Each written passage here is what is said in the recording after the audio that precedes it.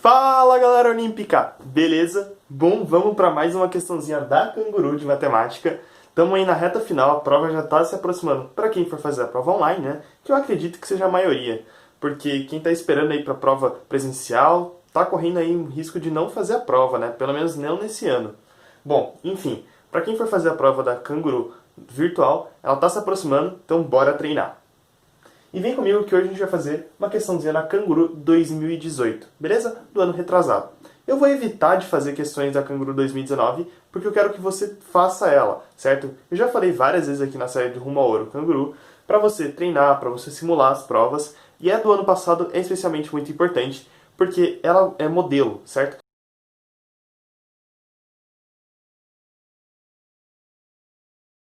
Bom, mas chega de enrolação e vamos para essa questãozinha da Canguru 2018. É a questão 26 do nível J. Ela está aparecendo agora na sua tela e bora lá. Então se liga.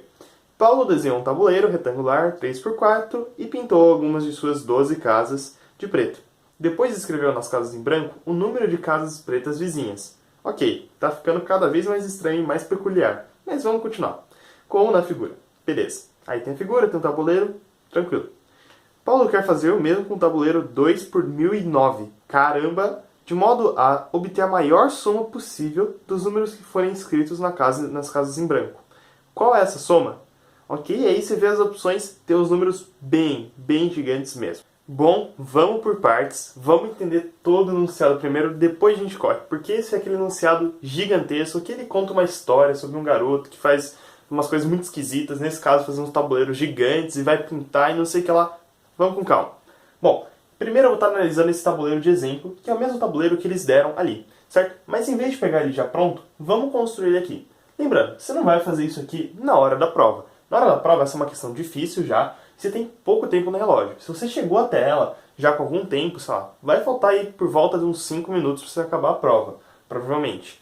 Então assim, você não vai fazer na maior vagarosidade como eu vou estar fazendo aqui. Analisando o primeiro exemplo, bonitinho e tal. Cara, isso aí já tem que estar bisurado em você, beleza? Mas como a gente está fazendo aqui uma aula só para resolver essa questão, a gente pode se dar esse luxo de fazer tudo passo a passo para eu te mostrar os bizus. Tranquilo? Bom, mas vamos lá. Vamos completar esse tabuleiro da forma como ele está falando. Então, qual que é a ideia? Lendo o enunciado, você vai perceber que o Paulo, eu acho que é o nome dele, Paulo, ele estava fazendo o seguinte. Ele vinha lá e ele pintava esse tabuleiro. Então ele vinha aqui e pintava, sei lá, uma casa que a gente vai pintar aqui, ó. Ele pinta essa casa e ele pinta mais algumas, né? Então ele pinta, por exemplo, essa e essa, digamos, né? Que acho que é o mesmo padrão que está ali no tabuleiro de exemplo. Espero que seja. Se não estiver diferente, tanto faz também. Só pra gente entender. E nas casas em branco, ele vai colocar um número de casas pretas vizinhas. Então, por exemplo, essa casa aqui, ó, do canto, do canto inferior direito. Ela só tem uma casa preta vizinha, que é essa aqui. Lembrando que a diagonal a gente não está considerando vizinha, tá? Vizinha é só quando está no mesmo lado, certo? Então aqui é uma. A mesma coisa aqui para uma. Agora, essa casa tem uma, tem duas. Mesma coisa para cá. Essa casa, uma, duas, três. Essa casa, zero. Essa casa tem uma e essa casa tem uma, certo? Esse é o nosso tabuleiro, no caso, um 3x4. Só que não é isso que a gente vai fazer. Melhor, essa ideia de coloração e de como a gente vai preencher o tabuleiro é exatamente isso que a gente vai fazer. Só que não vai ser um tabuleiro 3x4 ou nem nada do tipo. Vai ser um tabuleiro 2 por 1009. Vai ser uma coisa mais ou menos assim. Bom, então esse vai ser o nosso tabuleiro. Vai ser um 2x1009. Cara, 1009 é um número muito grande mesmo. E como já dá um trabalhão para fazer um tabuleiro assim na régua, bonitinho, inclusive já deixa seu like porque, mano, dá um trabalhão desenhar na lousa assim. Mas enfim, como dá um trabalhão já fazer um tabuleiro desse, imagina com 1009 casas. Quer dizer, não vai nem caber nessa lousa. Então a gente põe esses 3 pontinhos, tudo bem? Para indicar que ele tem 1009 e eu indiquei aqui que ele tem 1009 casas aqui, certo?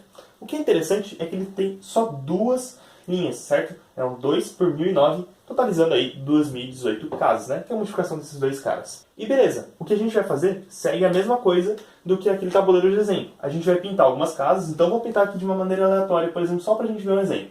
Vou pintar, por exemplo, essa aqui e essas duas aqui. Vamos esquecer o resto do tabuleiro agora, porque poderia ser análogo. Eu teria que fazer para 1009, eu não estou com vontade de fazer isso, eu acho que vocês também estão querendo ver 1009 quadradinhos sendo pintados. Vamos fazer só aqui para a gente poder ver o que a gente vai fazer, né? Nesse caso, a gente teria 2 aqui, aqui a gente tem 0, aqui a gente tem 2, aqui a gente tem 2, E nesses dois aqui seriam possivelmente aqui 2 e 2, a gente pode tirar eles, vamos fingir que nossos tabuleiros seriam 2 por 1, 2, 3, 4, 5, certo? Então seria um exemplo de coloração. Só que tem mais uma coisinha. A gente quer a maior soma possível desses quadradinhos brancos. Então, de alguma maneira, a gente tem que colorir. A gente tem que pintar esse tabuleiro aqui gigantesco, de modo que a soma dos quadradinhos brancos seja máxima. Ou seja, a gente tem que ser muito esperto, porque toda vez que a gente pinta um cara desse, a gente está perdendo a possibilidade de botar um número aqui. Fazendo assim, de qualquer modo, pode parecer que, ok, como é que eu vou fazer isso? Que ideia que eu vou ter? Parece uma coisa assim que não está muito clara. Mas vamos fazer alguns bizus, algumas ideias bem assim, bem manjadas e bem importantes sobre tabuleiros. E a gente vai começar a conseguir trabalhar e você vai ver que não é tão assim aleatório. Beleza? Então, vem comigo. Bom, e nesse momento, provavelmente vai ter alguém que já viu essa questão ou já viu vários problemas de tabuleiro e já está um pouco mais acostumado com problemas desse tipo e que provavelmente já deve ter pensado num tipo de ideia, num tipo de coloração aqui, um tipo de pintura que provavelmente vai matar o problema. Só que, assim, pode parecer que é muito só intuição. E eu vou te falar que é verdade, e eu já falei isso em outros vídeos sobre a Canguru, que a Canguru é uma prova que você tem que fazer as questões extremamente rápido. A velocidade é crucial para você se dar bem na Canguru. Então, assim, depender somente do seu raciocínio, de fazer uma coisa provada matematicamente, não é a melhor ideia. Para você se dar bem na Canguru, você tem que estar muita coisa aqui, ó, no coração, na intuição. Então você vê um problema desse, você está bem treinado, você já fez vários problemas da Canguru, assim, já treinou bastante, você provavelmente já tem uma ou outra ideia de como colorir esse cara e provavelmente vai dar bom. Assim, você pode não ter a certeza matemática do porquê aquilo ali funciona, mas você tem a intuição, você tem a ideia, você tem assim, a dúvida, fala assim, eu acho que aquilo ali vai dar certo. E você tenta e você começa a ver que bate nas alternativas, ou então às vezes está muito longe, a intuição está errada, certo? Mas aqui eu vou dar uma prova um pouquinho mais matemática, mais rigorosa, certo? Mas dá para fazer via intuição, e eu acho que esse é o caminho mais natural e também, digamos assim, mais rápido e mais válido para a Canguru, ok? Mas vamos imaginar que a Canguru fosse uma prova discursiva, o que não é, tá? É só alternativa, então você não tem que justificar nada. Como que a gente poderia justificar isso? Porque se fosse uma prova da Canguru, ou melhor, é uma prova da Canguru, né? Eu pintaria aqui e eu começaria a ver que tem alguns padrões bem simétricos, bem legais, e que essas coisas simétricas começam a se repetir, e isso aí começa a me ajudar bastante. Mas como é que eu poderia justificar que aquela é a soma máxima? Bom, uma ideia muito comum quando a gente fala de tabuleiros é a gente pensar em coisas mais simples. Porque o tabuleiro ele é bem simétrico, ele é bem bonitinho, ele é quase unitário. Todos esses quadradinhos assim são unidades, digamos assim. Então a gente consegue dividir o tabuleiro e remontar ele, certo? E aqui uma forma bem legal da gente remontar ele é pensando em filas, certo? A gente vai pensar numa linha só e na outra linha só, e depois a gente vai juntar elas. Bernardo, como assim? Se achar a configuração, a pintura máxima, para maximizar a soma dos quadrados brancos é muito difícil nesse tabuleiro gigantesco aqui, vamos fazer um caso mais simples.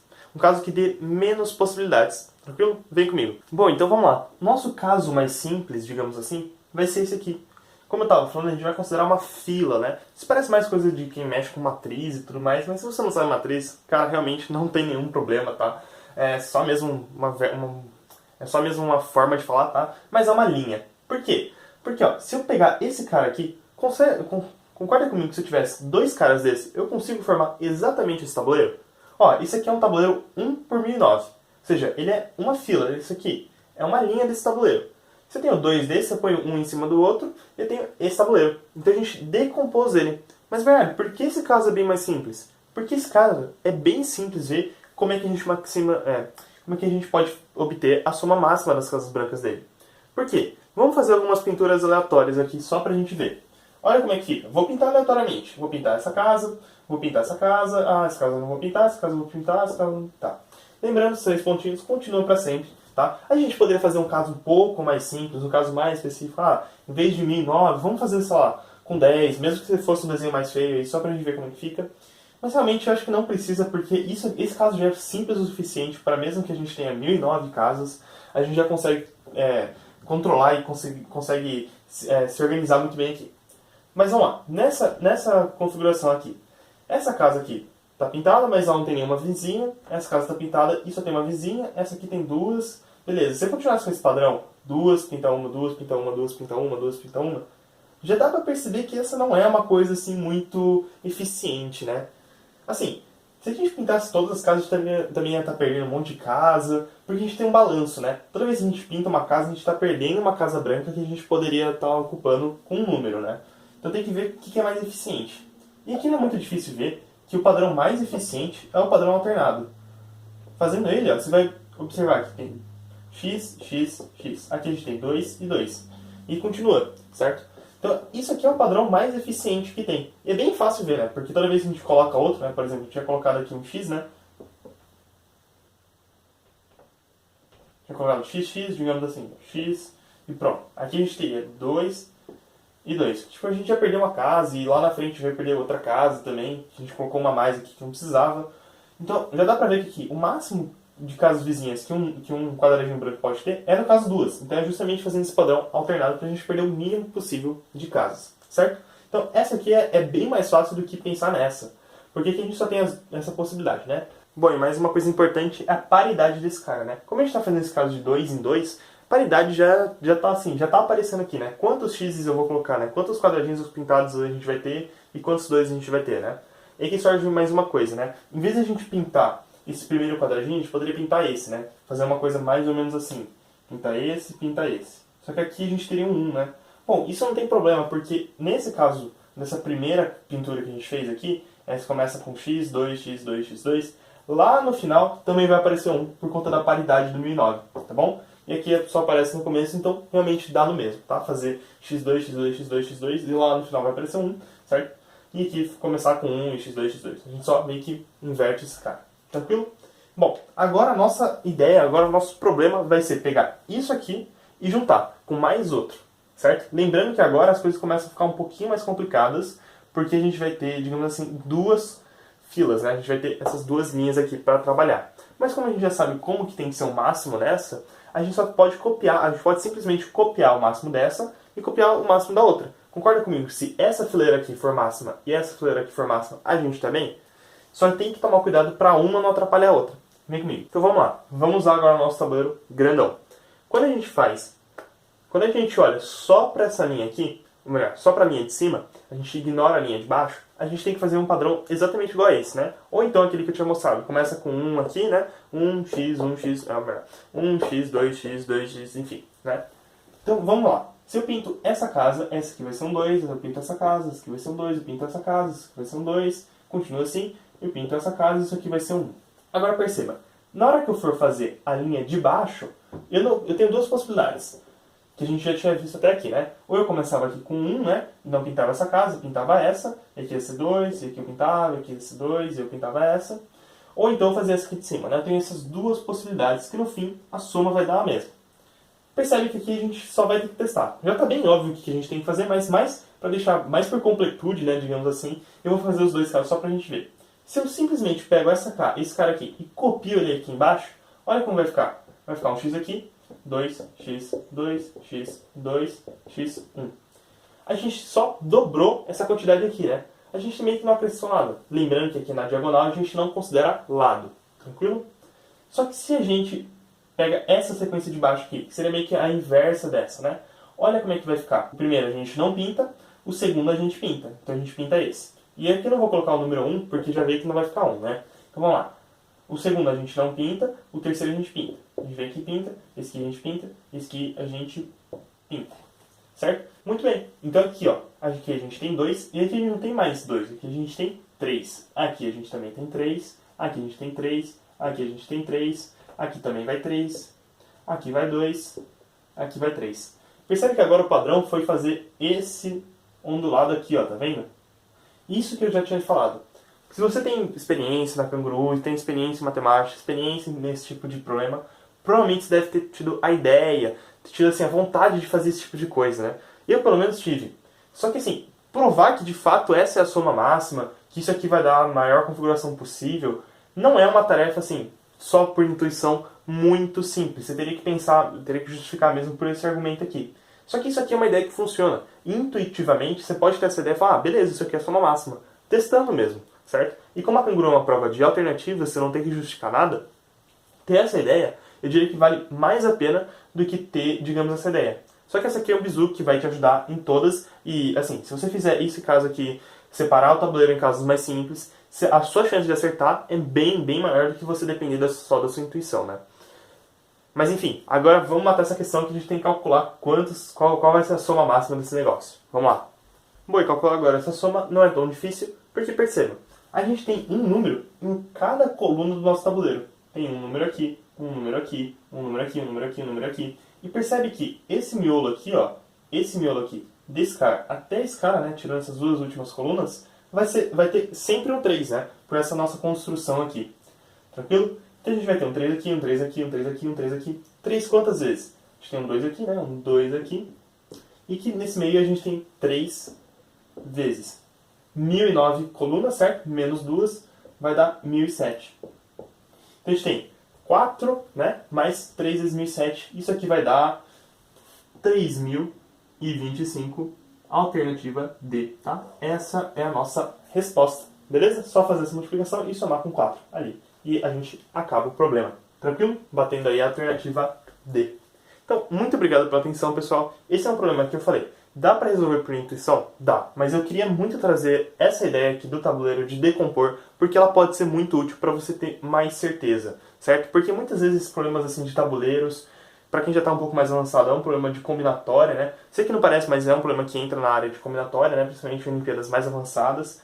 E são os tipos de problemas muito, mas muito confusos. É muito fácil fazer um problema extremamente difícil, que sua intuição fala uma coisa, sua lógica fala outra, e no final a resposta é uma outra coisa que ninguém nunca pensou, certo? Queria muito trazer esse macete para vocês, essa ideia é bem legal, certo? E também essa intuição aqui, que fica uma coisa de fato bem bonitinha, beleza? Então muito obrigado pela atenção, valeu, falou!